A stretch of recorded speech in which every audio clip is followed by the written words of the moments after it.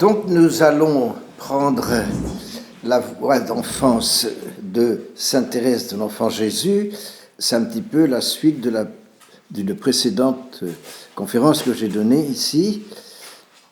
À la fin, d'ailleurs, je vous donnerai comme résumé les 2 dernières pages qui permettent de résumer un peu ce mystère, justement, de cette voie d'enfance et de la petite Thérèse à notre époque. Cette fois-ci, ce sera peut-être un peu plus concret, y compris au niveau mondial, disons, et puis aussi une allusion donc à la prière. Bon, ce ne sera pas long ça, mais enfin ce sera quand même signalé pour bien vivre ce mystère de l'union à Dieu par la prière. Les mots ou expressions enfant, faiblesse, faible et imparfaite, petit sacrifice, les plus belles petites choses, pauvres, abandon, etc., reviennent souvent sous la plume de la petite Thérèse. Elle se compare à un faible petit oiseau qui, malgré sa faiblesse extrême, ose fixer le soleil divin, le soleil de l'amour. Le petit oiseau devrait s'affliger de ne pas pouvoir s'envoler à la suite de l'aigle. Avec un audacieux abandon, le petit oiseau veut rester à fixer son divin soleil. Et Thérèse explique les petites attitudes de ce petit oiseau qui prend une petite graine à droite et à gauche, qui mouille ses ailes, ses plumes, dans une petite flaque d'eau qui s'occupe encore des bagatelles de la terre. Et elle parle du téméraire abandon de ce petit oiseau qui, par rapport à l'amour de Dieu, qui n'est pas venu appeler les justes, mais les pécheurs. Elle dit « Ô Jésus, que ton petit oiseau est heureux d'être faible et petit, que deviendrait-il s'il était grand ?» Et elle continue avec ses diminutifs, petits yeux, petite tête, petite aile, pauvre petit être, petit cœur, petit frère, trop petit, petite âme, petite victime. À ce sujet de l'aigle et du petit oiseau, je me permets une petite parenthèse historique et mystique. Certes, il s'agit ici du Christ, l'aigle. Cet aigle ne peut être que Jésus ou Dieu lui-même. Mais s'il s'agit d'un aigle, il est assez probable, il est possible de penser que le petit oiseau cherche à retrouver cet aigle et qui est son enfant. Et son enfant qui est le petit donc de l'aigle. Autrement dit, on appelle ce petit aigle l'aiglon. Vous voyez, je veux en venir. Or, l'aigle est le symbole impérial, qui en toute justice ne revient qu'à Dieu, qui sur terre ne peut ou ne devrait être attribué qu'au Christ.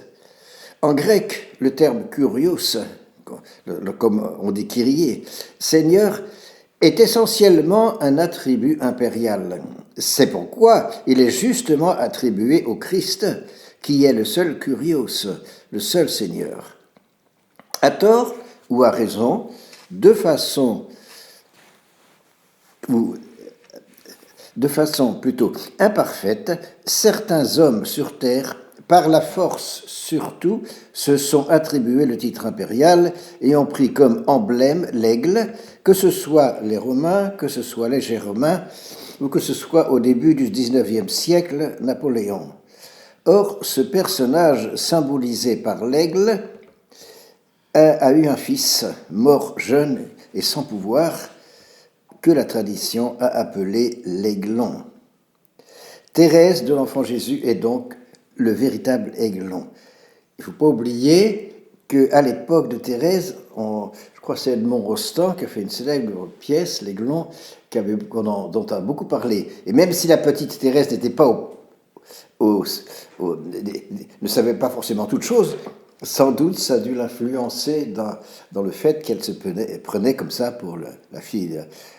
Alors, la fille du véritable empereur, donc, ce qu'est Thérèse, cet empereur, donc c'est le Christ. Il est curieux de se rappeler que ses 2 grands-pères, à la petite Thérèse, étaient soldats dans les armées de l'Empire Et ce 19e siècle, commencé par Napoléon, qui voulut conquérir le monde par la force, se terminera par Sainte Thérèse de l'Enfant Jésus, qui réussit dans le Christ à conquérir le monde par l'amour. A-t-elle, par les récits de son père et de son oncle Guérin, écouté des histoires lui rappelant l'épopée du début de son siècle? C'est possible, comme pour l'épopée de Jeanne d'Arc. On pourra se rappeler que le père de Sainte Thérèse, M. Martin, est né à Bordeaux. C'est encore signalé dans l'église où il a été baptisé. Et pourquoi cela? Parce que son père appartenait aux armées, non pas de Napoléon, mais du roi Louis XVIII, qui allait en Espagne, où elles ont été acclamées comme les 100 000 fils de Saint-Louis. Et c'est la raison pour laquelle se trouvait à ce moment-là cet officier de l'armée française, et bien sûr sa femme, et c'est comme ça que M. Martin est né à Bordeaux. Ça permet de mieux comprendre les choses. Toujours est-il que Thérèse rêvait à de grandes choses, et elle les réalisera non pas, comme tant d'autres, en faisant sa propre volonté à elle, et en voulant imposer ses volontés aux autres, comme certains l'ont fait par la force, mais au contraire, elle se fera toute petite, afin que la volonté d'amour de Dieu sur elle s'accomplisse le plus parfaitement possible, et ceci afin de montrer au monde où est la vérité, où est la solution, afin de répandre sur le monde non pas des armées conquérantes, mais une pluie de roses. Cette comparaison avec des événements historiques n'est pas sans intérêt parce que l'on peut justement apprécier la mission de la petite Thérèse, qui est une mission d'amour universel et qui va à l'essentiel qui est Dieu. On peut la comparer aux missions que se sont données des hommes célèbres trop souvent pour leur propre gloire personnelle. Ceci, pour nous, est important. Certes, je ne pense pas que nous ayons des ambitions politiques, militaires ou autres, très grandes, mais nous avons encore actuellement l'exemple d'hommes qui gouvernent leur pays par la force, qui veulent imposer leur volonté ou ce qu'ils croient être la volonté de Dieu, toujours par la force. À ces méthodes répréhensibles, nous devons opposer celle de Sainte Thérèse de l'Enfant Jésus et sa petite voix. Et tous qui que nous soyons, même malades, âgés, même sans aucun pouvoir physique, financier ou intellectuel, tous nous pouvons, à l'exemple de Thérèse de Lisieux, être des témoins, être des apôtres de l'amour divin parmi nous et participer à cette pluie de roses qui convertira le monde au seul vrai Sauveur, le Christ Jésus, afin d'amener le plus d'âmes possible à la vie éternelle et bienheureuse avec le Seigneur. Je viens de faire, d'une certaine façon, allusion à certains hommes au Moyen-Orient ou autres, partout sur Terre, qui veulent imposer, soi-disant, la religion de Dieu par la force. Eh bien, comme je vous l'ai déjà dit, près du Caire se trouve le sanctuaire de Choubra, dédié à Sainte Thérèse de l'Enfant Jésus, et qui veut être un témoin, ce sanctuaire veut être un témoin de l'amour universel que Dieu veut répandre sur toutes ses créatures. Et s'il a pu réaliser sa volonté en Thérèse, Dieu non, soyons-nous aussi prêts, comme elle, à laisser l'amour de Dieu se répandre en nos cœurs, afin qu'avec notre pauvre petite participation, cet amour puisse se répandre sur tous, en particulier dans ces pays si troublés. Vous voyez que la petite Thérèse est tout à fait d'actualité, même au niveau géographique, historique et politique, avec les problèmes actuels, en particulier du Moyen-Orient et de l'islam, sans oublier bien sûr Israël. Une conférence, une récollection doit aussi s'enraciner dans les réalités politiques et mondiales que nous vivons. Je vais donc encore donner quelques réflexions à ce sujet d'une brûlante actualité et qui rejoint tout le mystère de la révélation et de la rédemption. Il y a trois grandes religions monothéistes qui reconnaissent un seul Dieu. On les appelle aussi religions du livre. Ces trois religions représentent un certain mystère. Certes, nous sommes, nous, sûrs que la religion qui possède la vérité en plénitude, c'est le christianisme, la religion révélée par Jésus de Nazareth, que toute la préparation de sa venue dans l'Ancien Testament nous assure qu'il est le véritable Sauveur, Dieu lui-même, incarné parmi nous, à travers la maternité virginale de Marie. Notre religion n'est donc pas tout à fait une religion du livre, mais d'abord essentiellement la religion d'une personne, la personne même du Christ Jésus, l'Emmanuel, Dieu avec nous, vrai Dieu et vrai homme. La première, chronologiquement, de ces religions est le judaïsme, qui a reçu les premières promesses du Dieu unique et de la future rédemption. La troisième de ces religions est quelque chose de mystérieux, d'étrange. En effet, l'islam se dit la dernière révélation. Mais nous savons qu'il ne peut y avoir de révélation nouvelle après le Christ et qu'au niveau des Écritures, la révélation s'achève avec le dernier apôtre, donc très certainement avec Jean l'évangéliste. Mais une chose curieuse, c'est que donc avec le judaïsme, c'est surtout le Père, avec le christianisme, c'est surtout le Christ, le Fils, et ensuite, il n'y a pas de révélation nouvelle, mais il y a l'Esprit Saint qui active cette révélation du Christ. D'ailleurs, pour certains musulmans, l'islam, c'est un petit peu l'Esprit Saint, quoi.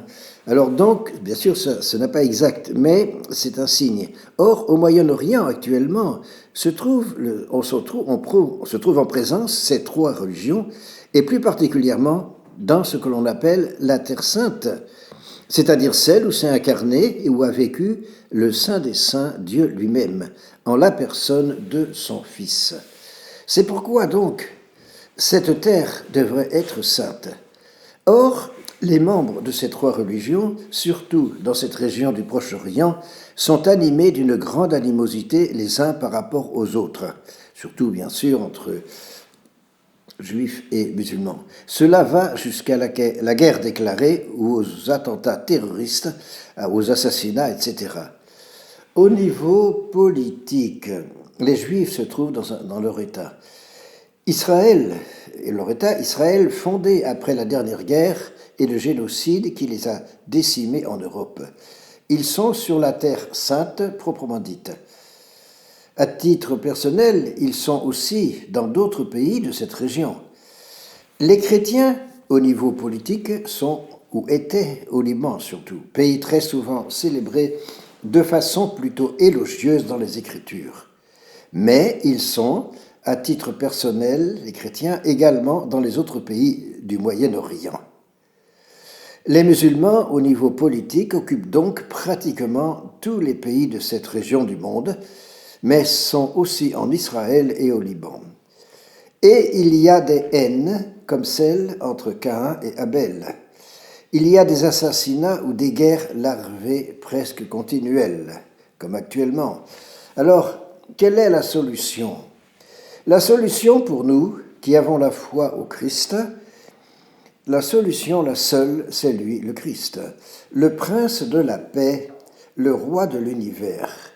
Lui et lui seul, dans la volonté de son Père et par l'Esprit Saint, qui est un esprit d'amour, c'est lui seul, le Christ, qui est la solution. Or, qui représente le Christ sur terre ? Nous tous les chrétiens. C'est à nous que revient la tâche, par l'Esprit Saint, l'Esprit d'amour du Père et du Fils, la tâche par notre vie, notre fidélité à Dieu et notre témoignage jusqu'au don de notre vie, si nécessaire, le don de notre vie si nécessaire, c'est à nous donc que revient cette tâche de réconciliation entre tous les hommes. En particulier, entre Israël et Ismaël. Si l'on faisait une allégorie symbolique de ces trois religions par rapport à la Trinité éternelle, au niveau d'un simple symbolisme et non pas d'une réalité totale, puisque la seule réalité pour nous, c'est le Christ, Israël, la première révélation, représente le Père, surtout donc dans l'Ancien Testament. Le christianisme, l'accomplissement de cette première révélation, et qui est la révélation proprement dite, représente réellement, et pas seulement de façon symbolique, et qui représente le Fils. Et donc, c'est le christianisme, et Ismaël, qui est cité dans la Genèse, fils d'Abraham par sa servante, représente une allégorie mystérieuse de l'esprit, comme je disais. Bien sûr, ce n'est pas exact au sens réel. Autrement dit, c'est à nous, qui représentons réellement la deuxième personne de la très sainte Trinité, à mériter par notre prière, par toute notre vie, que Israël et Ismaël découvrent la vraie révélation manifestée en Jésus-Christ. Si cela, nous pouvons le faire de façon efficace, et on pourrait dire de façon indispensable, par cette petite voie d'enfance spirituelle, c'est par cette voie d'enfance spirituelle que nous pouvons réaliser cette union que nous a révélée Jésus lui-même, le Fils du Père, que lui-même a si bien accompli à l'image de ce qu'il est avec son Père dans l'éternité, et que Notre-Dame, sa mère, a également au niveau des créatures proprement dites, parfaitement réalisé dans sa vie d'accomplissement de la parole de Dieu. Et Thérèse de l'Enfant Jésus, sous l'action de l'Esprit Saint, dans la volonté du Père, est venue nous rappeler l'importance de cette conduite filiale vis-à-vis de notre Créateur. Vous voyez que la petite voie d'enfance spirituelle, telle que Thérèse de Lisieux l'a vécue et nous l'a transmise par l'exemple de sa vie et par ses écrits, est d'une urgente actualité.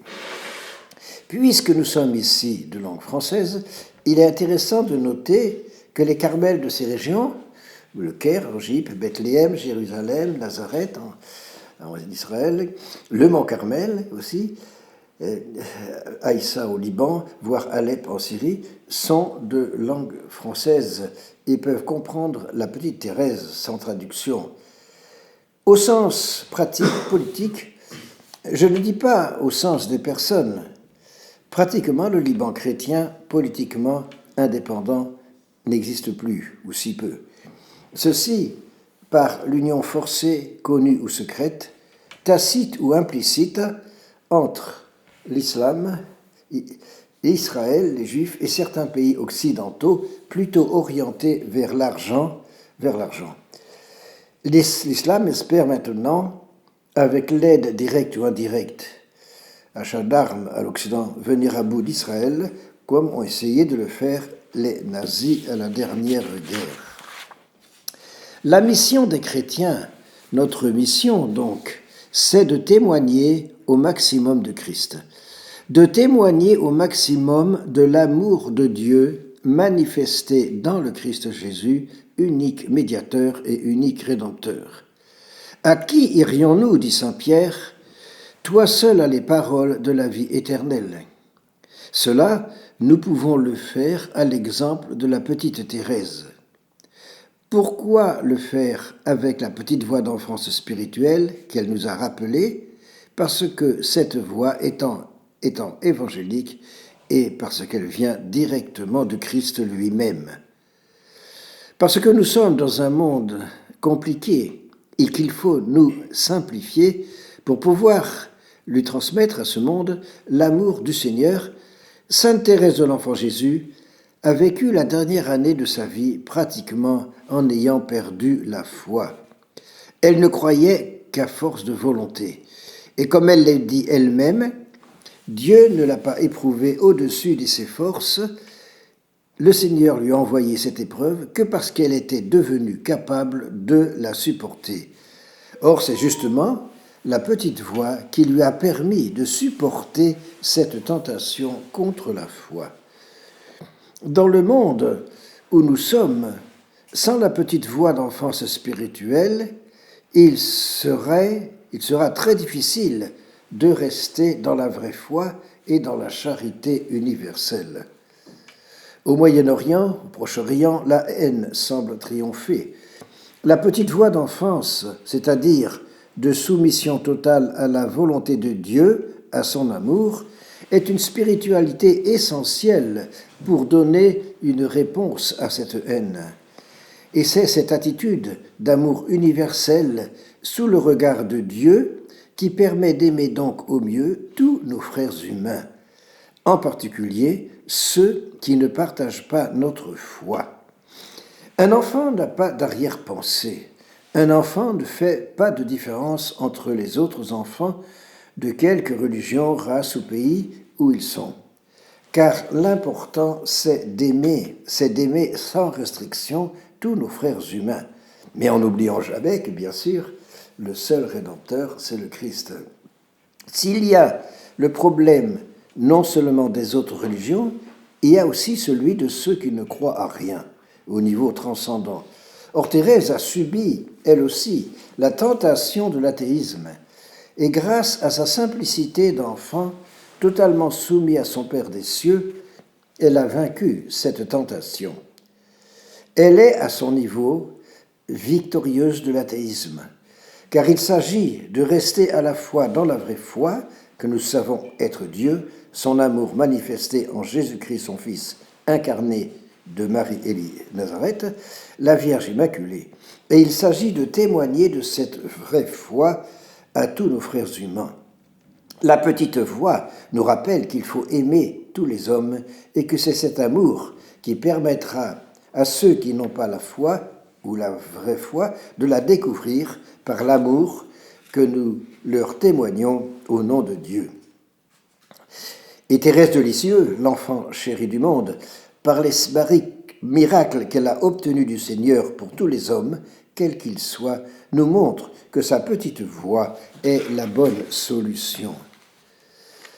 C'est dans son manuscrit adressé à Mère Marie de Gonzague, manuscrit C, que Sainte Thérèse, l'enfant Jésus, donc montre de façon sans doute plus explicite sa découverte de sa petite voix. Elle reprend ses adjectifs, simplicité, petite fleur, petit et faible, pauvre petit, néant, petite voix. Voilà ce qu'elle écrit. Le bon Dieu ne saurait inspirer des désirs irréalisables. Je puis donc, malgré ma petitesse, aspirer à la sainteté. Me grandir, c'est impossible. Je dois me supporter tel que je suis avec toutes mes imperfections. Mais je veux chercher le moyen d'aller au ciel par une petite voie bien droite, bien courte, une petite voie toute nouvelle. Et elle découvre l'image de l'ascenseur, car, dit-elle, je suis trop petite pour monter le rude escalier de la perfection. Elle cherche alors, dans l'Écriture, un enseignement qui confirme son intuition. Et elle trouve ces mots sortis de la bouche de la sagesse éternelle, comme elle dit, « Si quelqu'un est tout petit, qu'il vienne à moi ». Donc c'est chapitre 9 des Proverbes, verset 4. Elle a continué sa recherche et elle a trouvé le texte suivant. « Comme une mère caresse son enfant, ainsi je vous consolerai, je vous porterai sur mon sein et je vous balancerai sur mes genoux. » Isaïe, donc, du chapitre 66 du prophète Isaïe. Sainte Thérèse en conclut « Ô mon Dieu, vous avez dépassé mon attente et moi je veux chanter vos miséricordes. » Elle cite le psaume 70 « Vous m'avez instruite dès ma jeunesse et jusqu'à présent j'ai annoncé vos merveilles. Je continuerai de les publier dans l'âge le plus avancé. » Elle nous précise un élément important pour saisir sa petite voix. Depuis longtemps, elle, Thérèse, a compris que le bon Dieu n'a besoin de personne, encore moins d'elle que des autres, pour faire du bien sur la terre. Dieu n'a besoin de personne pour faire du bien sur la terre, même pas de Thérèse de Lisieux. C'est-à-dire que tout, absolument tout, vient de Dieu et spécialement l'amour, la charité pour chacun et pour tous sans exception.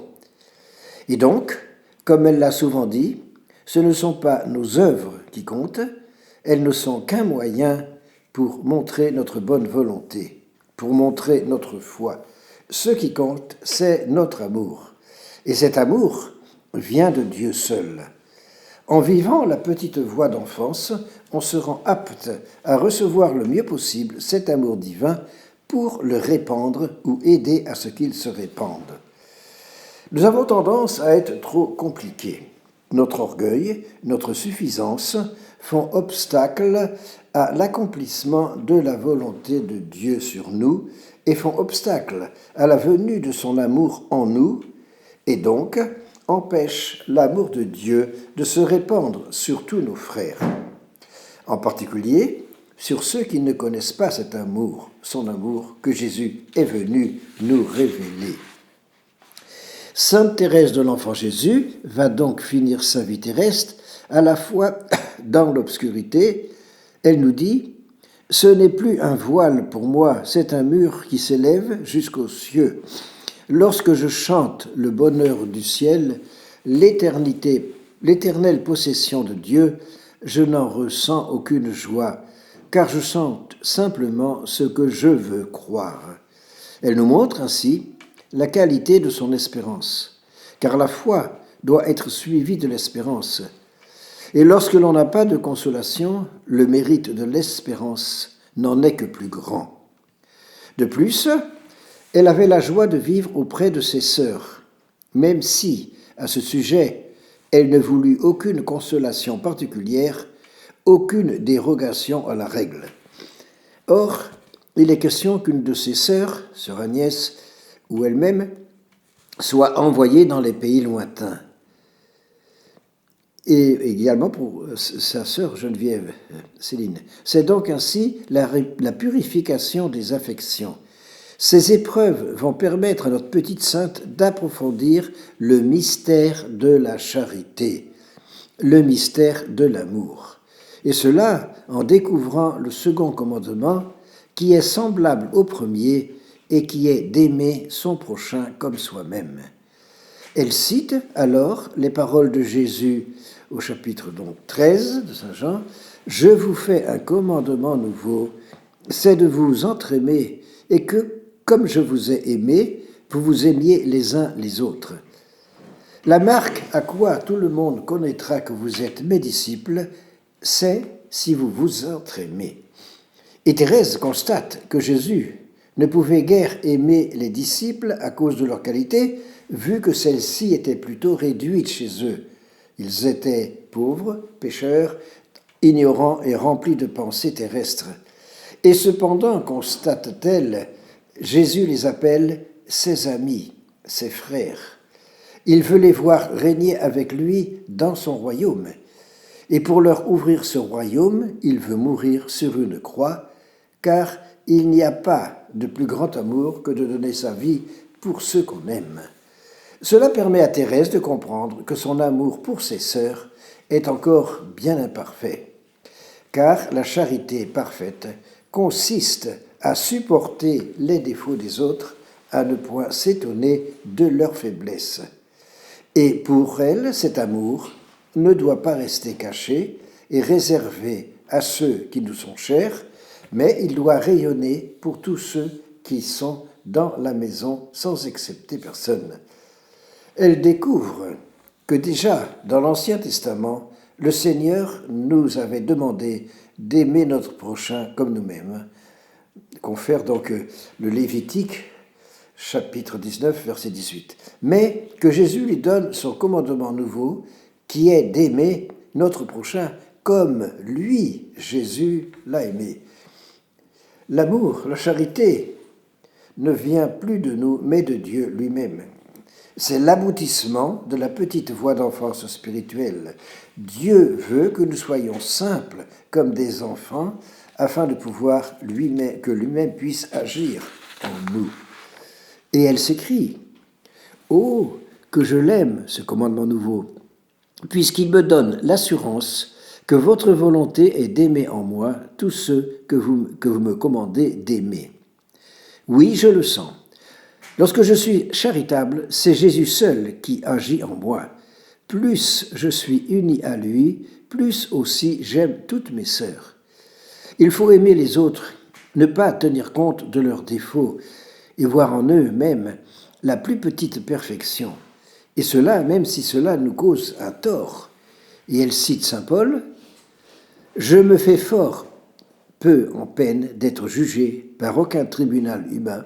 Je ne me juge pas moi-même, celui qui me juge, c'est le Seigneur. » Elle ne se fait pas de peine en voyant qu'elle est la faiblesse même, et elle s'attend chaque jour à découvrir en elle de nouvelles imperfections, car elle se souvient que la charité couvre une multitude de péchés.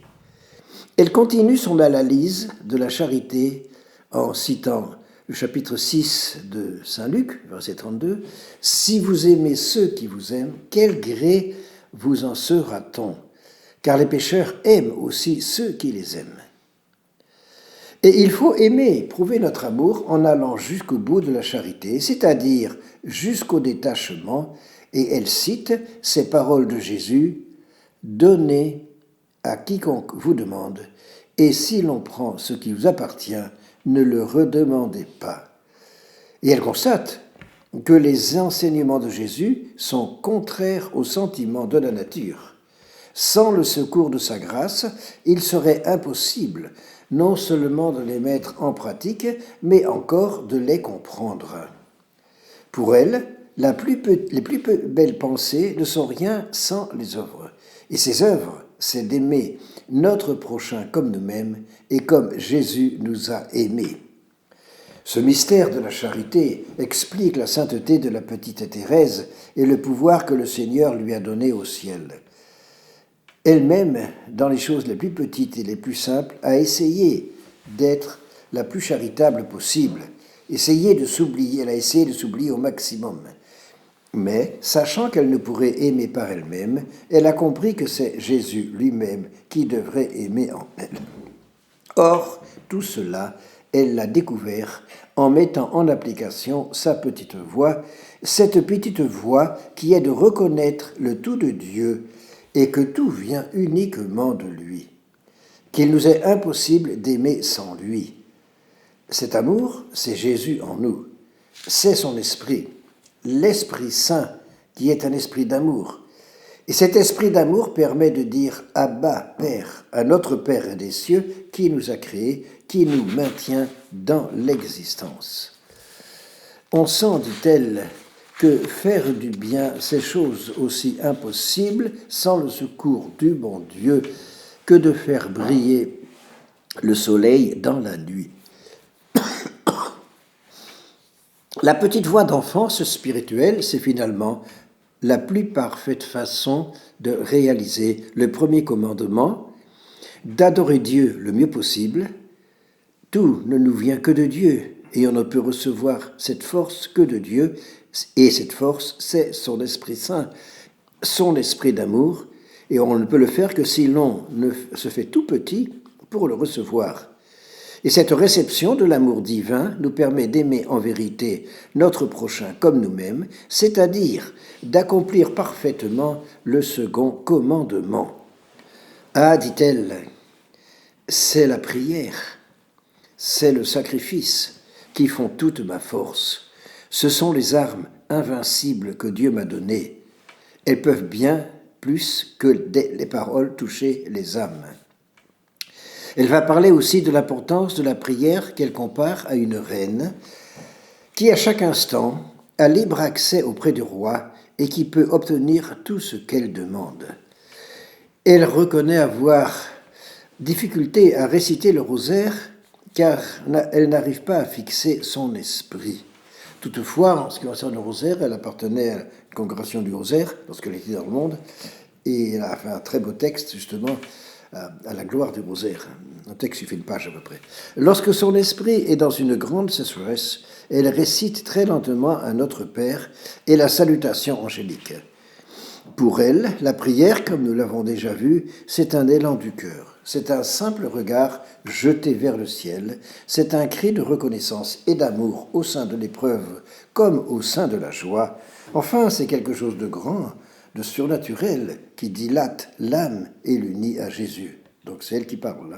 Dans toutes ces paroles de Thérèse, on constate toujours cette même incapacité, cet aveu de n'être rien et de ne rien pouvoir, de ne même pas arriver à prier le rosaire, dont la forme est justement très simple afin d'être accessible à tous. Cette simplicité d'enfant va autoriser Thérèse à faire sienne les paroles de Jésus à son Père lors de la dernière scène en Jean 17. La fameuse prière sacerdotale du Christ avant sa passion. Ainsi, dans sa petite voix de petit enfant de Dieu, Jésus pourra accomplir en elle ce qu'il a accompli en lui-même pour le rachat du monde. Cela donne à Thérèse une mission universelle de salut, certes à son niveau, mais qui est un exemple de ce que nous-mêmes devons faire pour le Seigneur et pour tous nos frères humains. Thérèse de l'Enfant Jésus est comme une petite Sainte Vierge pour notre époque. Sa petite voix d'enfance spirituelle, que Jean-Paul II a beaucoup appréciée, comme ses prédécesseurs d'ailleurs, n'est autre que l'attitude de Jésus vis-à-vis de son Père, et de façon plus directe pour nous, c'est l'attitude de Notre-Dame, de la Sainte Vierge. Ce qu'a vécu il y a 2000 ans Marie de Nazareth, qui par sa foi parfaite et sa donation totale au Seigneur a mérité de devenir la mère de Dieu, la petite Thérèse nous en montre la réalisation pratique pour notre époque. Quoique vivant dans une clôture monastique stricte, Thérèse nous a montré une vie qui est peut-être la plus proche, qui ait existé, la plus proche de celle de la Sainte Famille de Nazareth. Elle exprime sa foi dans le rôle et l'exemple de simplicité de la Vierge Marie, dans sa poésie qui aime comme son testament « Pourquoi je t'aime, ô Marie ?»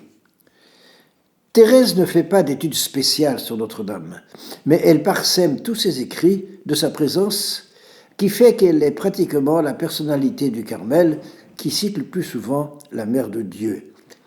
La Mère de Dieu est donc celle qui a le mieux vécu cette petite voix d'enfance. Elle est la mère de cette spiritualité. Il serait long de réfléchir maintenant sur le rôle de celle qui a été déclarée mère de l'Église, la mère des saints. Mais Notre-Dame joue un rôle essentiel dans le plan de Dieu sur la succession des saints et de nous-mêmes sur cette planète. Aussi, la venue de la petite Thérèse à la fin du XIXe siècle, et pour nous servir d'exemple, est-elle due en partie à l'intercession de celle qui a aussi été appelée la mère de la grâce divine. Thérèse de l'Enfant Jésus conclut son dernier manuscrit, que nous venons de voir en partie, par l'importance de la prière. Et elle qui emploie plus souvent le mot prière que le mot oraison, termine en employant ce terme oraison en disant « Le Tout-Puissant a donné aux saints pour point d'appui lui-même et lui seul, pour levier l'oraison, qui embrasse d'un feu d'amour. Et c'est ainsi qu'ils ont soulevé le monde. C'est ainsi que les saints, encore militants, le soulèvent, et que, jusqu'à la fin du monde, les saints à venir, c'est-à-dire nous-mêmes ici présents, le soulèveront aussi. Or, la première qui a soulevé le monde par sa prière, par son oraison, par sa méditation de la parole de Dieu, c'est évidemment Marie, il y a 2000 ans exactement au temple de Jérusalem, cette ville qui est maintenant le centre d'une confrontation, d'une haine si grande. Car ainsi Marie a mérité de nous donner Dieu lui-même parmi nous, l'Emmanuel, le seul sauveur du monde, celui que le monde actuel ne veut pas recevoir. Et pourtant, il est impossible qu'il y ait la paix sans lui, le prince de la paix. Thérèse de l'Enfant Jésus et de la Sainte Face, sous la motion de l'Esprit Saint, elle aussi, par sa mise en pratique de la voie d'enfance spirituelle, a soulevé spirituellement, en partie bien sûr, notre monde actuel dans le plan voulu par Dieu. Elle l'a soulevé en demandant à toute la cour céleste son double amour et la glorification que lui a donnée l'Église sur terre, image de sa glorification au ciel, prouve qu'elle a été exaucée. Thérèse a vécu il y a un peu plus de 100 ans, comme Marie il y a environ 2000 ans, toutes les deux dans une vie retirée pour mieux se donner au Seigneur. Le monde actuel est en ébullition, et surtout ce qui est nouveau, en ébullition au niveau planétaire. Nous sommes tous directement concernés. Si le Seigneur nous a fait vivre maintenant, c'est pour que, dans la part qui nous revient, nous aussi, nous soulevions spirituellement ce pauvre monde de pécheurs dont nous sommes. Le Seigneur attend cela de chacun d'entre nous. Par notre prière, par notre oraison, par nos sacrifices acceptés par amour, quel que soit notre âge, notre santé, notre état de vie, notre niveau intellectuel, et je dirais aussi notre puissance de concentration, comme la petite Thérèse, dans le cœur de Marie Immaculée, Mère de Dieu et notre Mère, comme la petite Thérèse, notre mission est d'implorer le Seigneur d'envoyer son Esprit Saint, son esprit d'amour, qui renouvellera la face de la terre. Le Seigneur a son plan d'amour qui de toute façon se réalisera, mais il veut que nous y participions pour la part qu'il a choisie pour nous. Alors, pour conclure, dernière phrase, alors comme Thérèse de Lisieux, comme Thérèse de l'Enfant Jésus et de la Sainte Face, en vivant au mieux sa petite voie d'enfance spirituelle, surtout nous qui sommes de spiritualité carmélitaine, nous serons fidèles au plan d'amour de notre Père des cieux, pour son amour, pour l'amour de tous nos frères humains et pour sa plus grande gloire. Amen.